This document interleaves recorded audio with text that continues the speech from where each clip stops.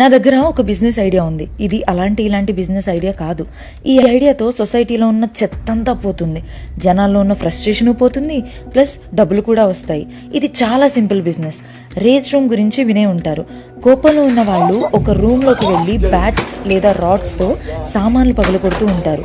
అలా పగలగొట్టిన తర్వాత వాళ్ళ కోపం మొత్తం పోతుంది.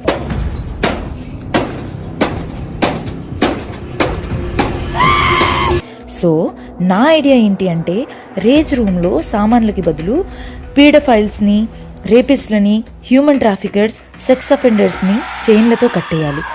టికెట్ తీసుకొని లోపలికి వెళ్ళి రాడ్లతో వీళ్ళని ఇష్టం వచ్చినట్టు చితకబాదొచ్చు.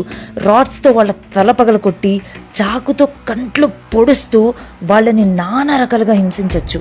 వచ్చిన ప్రాఫిట్స్లో సగం వీళ్ళ చేతిలో బలైన విక్టిమ్స్కి ఇచ్చేద్దాం. ఈ బిజినెస్తో జనాల్లో ఉన్న ఫ్రస్ట్రేషను పోతుంది, సొసైటీ క్లీను అవుతుంది.